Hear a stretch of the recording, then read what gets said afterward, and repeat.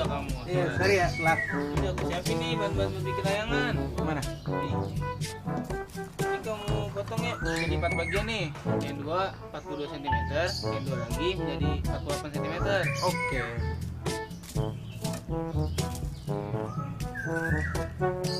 Dap, aku lupa beli benang.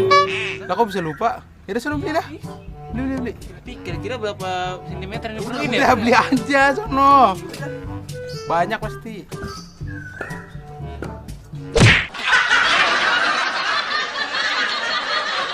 Halo sahabat edukasi, bagaimana? Kapan terakhir kali kalian main layang-layang? Atau membuat layang-layang sendiri gitu? Ternyata kita kalau membuat layang-layang itu seperti lagunya dulu kan, ku ambil bulu sebatang, ku timbang dengan benar dan segala macam. Nah itu ternyata ada konsep-konsep matematika yang diterapkan di situ, karena titik pertemuan di garis yang di tengah, kemudian benang yang kita ambil dari sisi luarnya, bambu yang kita jadikan layang-layang itu, semuanya itu ternyata membentuk segitiga, yang mana siku-siku dan benang-benangnya itu membentuk sisi miring dari segitiga, yang di situ mencerminkan tentang rumus Pitagoras. Nah, apa itu teorema Pitagoras? Teorema Pitagoras itu adalah teori yang menunjukkan hubungan antara sisi dalam segitiga siku-siku. Ingat, segitiga siku-siku. Jadi bunyi teorema Pitagoras itu adalah pada segitiga siku-siku berlaku kuadrat sisi terpanjang adalah sama dengan jumlah kuadrat sisi penyikunya. Atau kuadrat sisi miring itu sama dengan jumlah dari kuadrat sisi siku-sikunya. Nah, seperti terlihat pada gambar, sisi miringnya itu C, lalu sisi siku-sikunya itu ada A dan B. Maka sesuai dengan rumus Pitagoras didapatkan bahwa C kuadrat sama dengan A kuadrat ditambah dengan B kuadrat. Atau C sama dengan akar dari A kuadrat ditambah dengan B kuadrat.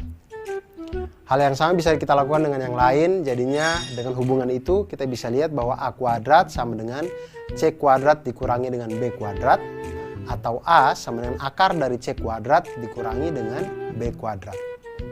Hubungan ini juga kita bisa gunakan untuk mencari sisi B, di mana B kuadrat sama dengan C kuadrat dikurangi dengan A kuadrat, atau B sama dengan akar dari C kuadrat dikurang dengan A kuadrat.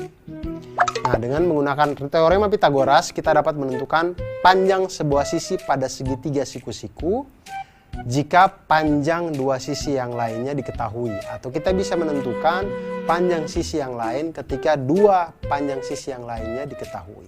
Nah, sekarang kita lihat ke masalah dari teman-teman kita tadi. Mereka ingin membuat layang-layang. Layang-layang itu ada dua rusuk paling tidak yang kita buat untuk bambunya itu kan. Bambu panjang begini kita ikat di sini di tengahnya.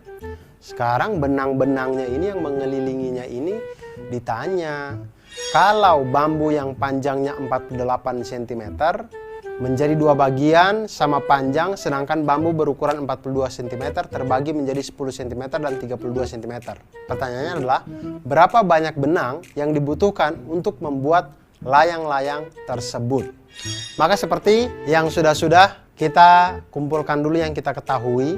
Kita ketahui bambu panjangnya 48 cm, dua bagiannya sama panjang, berarti ini bambu yang menjadi sayap nih. Makanya panjangnya sama. Kemudian ada lagi bambu berukuran 42 cm terbagi menjadi 10 cm dan 32 cm. Ini berarti bambu yang di tengah. Yang 10 cm yang biasanya di atas, 32 cm yang di bawah. Kita misalkan bambu dengan ukuran 48 cm yaitu panjangnya itu PR, dan bambu dengan ukuran 42 cm panjangnya SQ. Nah, untuk menghitung panjang benang minimum yang diperlukan untuk membuat layang-layang ini, itu sebenarnya kita sedang menghitung keliling dari layang-layang PQRS, di mana keempat sisi yang ada itu kita jumlahkan. Jadi keliling layang-layang PQRS itu sama dengan panjang PQ ditambah panjang QR ditambah panjang RS dan ditambah panjang SP. Nah, kita lihat, tinggal misalkan panjang PS. Kita dapatkan panjang PS dari mana?